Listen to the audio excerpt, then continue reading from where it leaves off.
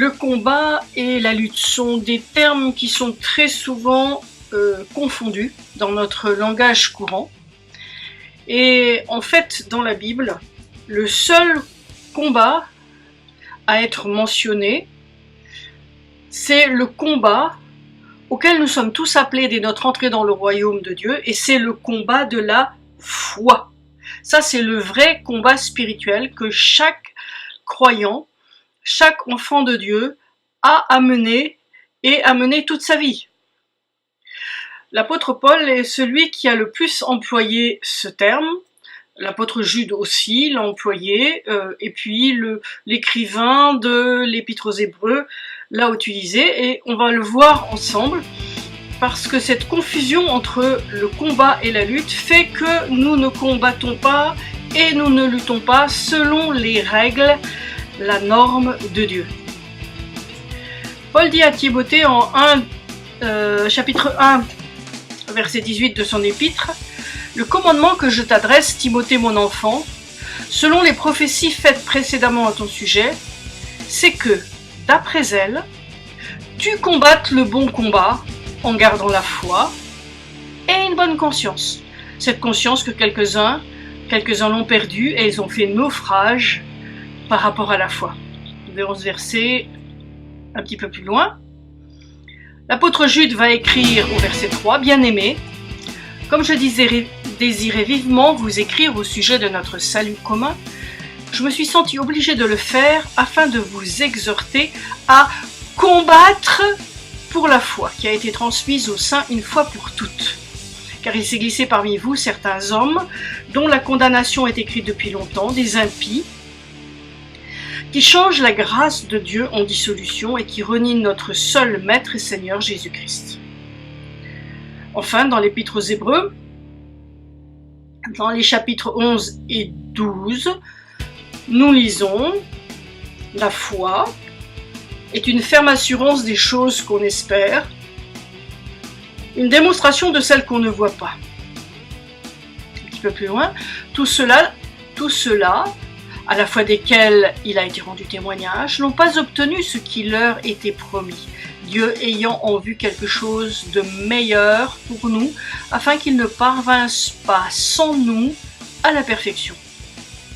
Nous aussi donc, puisque nous sommes environnés d'une si grande nuée de témoins, ce sont tous les témoins de la foi qui ont été nommés, rejetons tout fardeau et le péché qui nous enveloppe si facilement, et courons avec persévérance dans la carrière qui nous est ouverte, ayant les regards fixés sur Jésus, le chef et le consommateur de la foi, qui, en vue de la joie qui lui était réservée, a souffert la croix, méprisé l'ignominie, et s'est assis à la droite du trône de Dieu. Un peu plus loin, considérez en effet celui qui a supporté contre sa personne une telle opposition de la part des pécheurs, afin que vous ne vous lassiez point l'âme découragée. Vous n'avez pas encore résisté jusqu'au sang en luttant contre le péché. Alors le péché d'incrédulité qui colle à la peau de l'être humain depuis la chute, c'est celui-là dont il est parlé dans ce chapitre d'Hébreux, le péché qui nous enveloppe si facilement, qui nous colle en quelque sorte. Donc le croyant n'en est pas exempté quand il devient un croyant. Au contraire, tous les détails de sa vie sont obligatoirement remis en question, et ce péché d'incrédulité nous freine, nous arrête dans la marche en avant avec le Seigneur. Et c'est pour cela que Paul insiste avec son enfant Timothée pour qu'il ne se trompe pas de combat. Le bon combat, c'est celui de garder la foi en notre Dieu, envers, malgré et contre Dieu. Afin de ne pas dévier, nous avons l'obligation qui va de pair, celle d'avoir bonne conscience. Mais qu'est-ce que c'est qu'une bonne conscience? Ce n'est pas la dimension morale, celle de n'avoir rien à nous reprocher, ce n'est pas la compréhension biblique, même si aussi cela est vrai et nécessaire pour tout enfant de Dieu. La bonne conscience, c'est la conscience de Dieu, de ce qu'il est, de ce qu'il dit être, de sa réalité en nous par son esprit. Christ en vous, l'espérance de la gloire. C'est cette conscience-là, qui est une bonne conscience, qui va nous permettre de marcher fidèlement, c'est-à-dire dans la foi. Fidèle et foi, c'est même racine. Cette bonne conscience de cette présence de Dieu en nous, de Christ en nous, l'espérance de la gloire, va nous permettre de marcher fidèlement dans le chemin de Dieu. Malheureusement, trop de chrétiens ont une mauvaise conscience.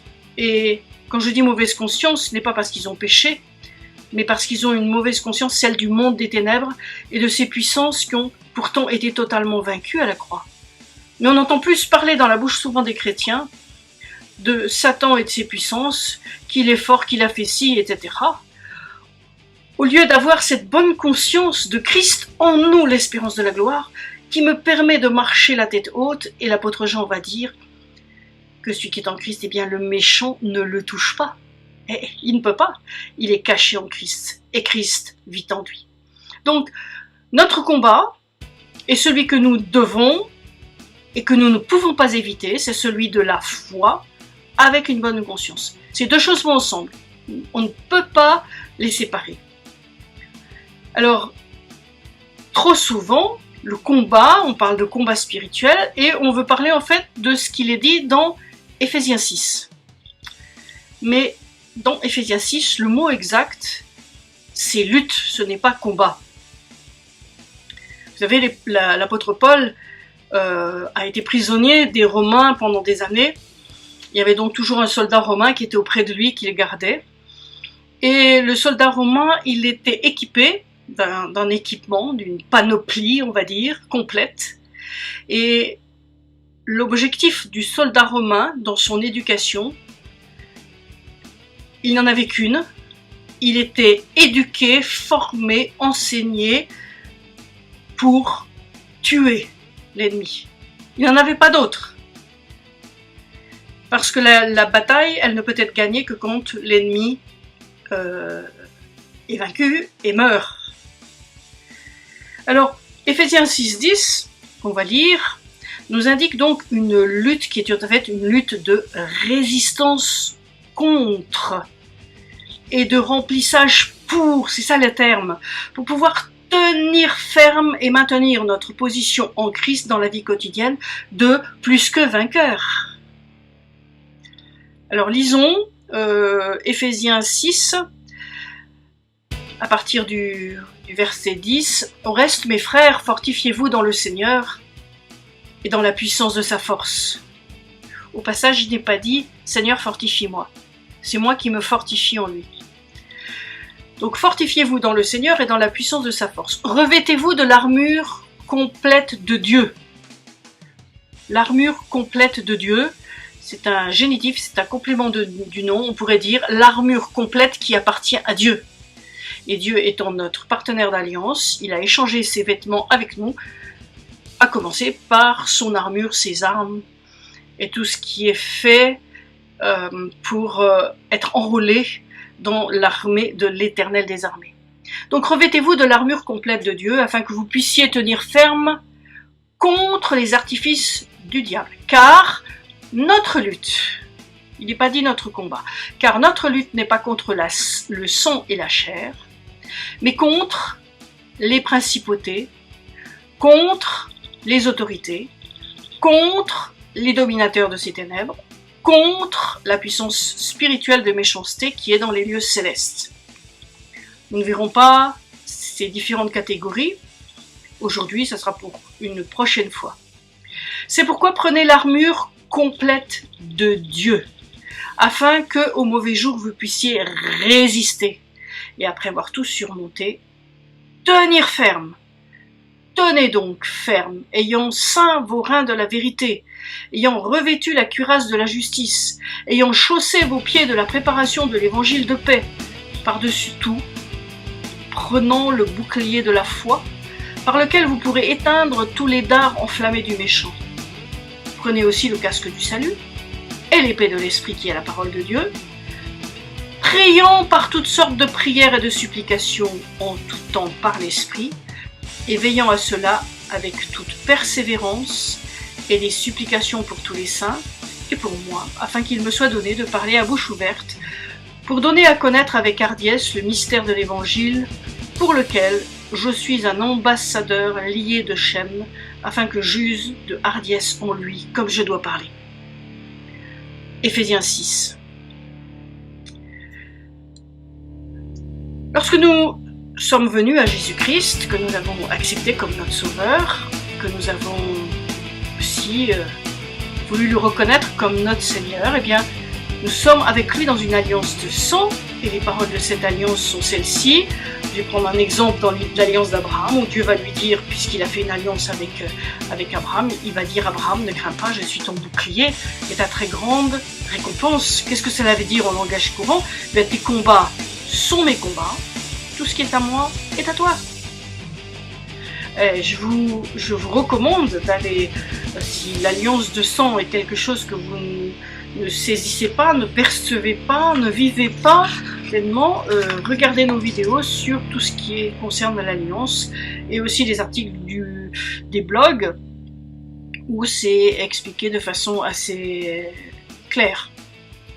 Donc, nous avons à revêtir l'armure de Dieu, c'est-à-dire l'armure qui appartient à Dieu. Et vous remarquez bien que nous ne combattons pas. Pourquoi nous ne combattons pas? Mais parce que la victoire a déjà été remportée. Jésus-Christ a remporté la victoire, il a vaincu, il est un vainqueur, il a eu un arc de triomphe avec un cortège triomphal, et Paul fait référence dans Colossiens 3,15 si je ne me trompe, ou 2,15, il fait référence à ce cortège triomphal que les généraux romains recevaient lorsqu'ils rentraient des conquêtes romaines. Lorsque la Pax Romana avait été établie, eh bien, le général romain rentrait avec son armée, avec ses troupes, mais il ramenait aussi tous les rois, tous les nobles qui étaient dépouillés, qui étaient nus, qui étaient dépouillés de leurs vêtements, de leurs couronnes, de leurs armes. Tout ça s'était mis sur un char derrière le char du général. Devant le précédait tous ces nobles qui avaient été faits prisonniers. Ils étaient entravés, les pieds étaient entravés, les mains étaient menottés et ils étaient enchaînés les uns aux autres. Et Paul fait référence à ce cortège triomphal de Jésus-Christ. Donc nous sommes dans le cortège triomphal de Jésus-Christ, c'est pour cela que Paul va pouvoir dire que nous sommes des plus que vainqueurs. Nous ne sommes pas des vaincus, nous sommes des plus que vainqueurs en Jésus-Christ. Et c'est cette réalité-là, ce que Dieu dit, que nous avons à dire et répéter à notre sujet. De grâce, ne répétons pas ce que Satan veut dire. Pauvres petits pécheurs encore vaincus. Non, nous sommes des plus que vainqueurs en Jésus-Christ. Et notre rôle n'est pas de combattre. Nous ne sommes plus dans une guerre. Nous ne sommes plus dans une guerre. Nous sommes revêtus de l'armure de Dieu, qui appartient à Dieu. Et nous ne combattons pas, mais nous résistons, nous luttons, nous nous fortifions en Dieu, en la puissance de sa force. J'irais presque dire en fait que c'est une résistance passive, mais en fait c'est très active, parce que pour pouvoir vivre cette dimension de la résistance, eh bien, nous avons mené un combat qui nous est propre, qui est le combat de la foi. Alors, qu'est-ce que c'est que ce combat de la foi que j'ai mentionné au début de notre entretien, sans pourtant l'approfondir? Eh bien, quand je viens à la foi, je rentre immédiatement dans un combat spirituel qui est le mien, c'est-à-dire que je vais immédiatement avoir Satan, le monde des ténèbres, qui va essayer de s'opposer à moi et me faire douter. Voilà mon combat. Et là, c'est moi qui vais combattre. C'est moi qui vais combattre ce doute jusqu'à que le doute meure. Il n'a pas le droit de vivre. Donc mon combat, c'est le bon combat de la foi, c'est cela le combat spirituel, le véritable combat spirituel, tandis que la lutte spirituelle d'Éphésiens 6, c'est une attitude de résistance revêtue de cette armure de Dieu qui est l'armure de notre partenaire d'alliance qui nous appartient en propre, puisqu'il nous l'a donné dans le cadre de l'alliance. Voyez, dans l'un, c'est un combat spirituel et les doutes qui peuvent m'assaillir doivent aller à la mort, il n'y a pas d'autre solution.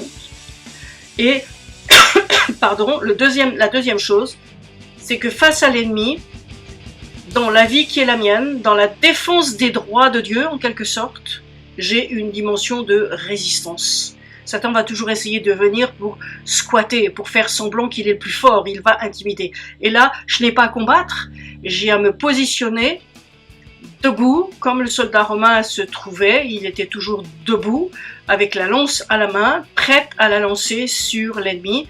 Et c'est ce que, si vous regardez bien Éphésiens 6, il n'est pas parlé de la lance en clair, pourtant elle est bien nommée, en sous-entendu, en filigrane, quand il est dit,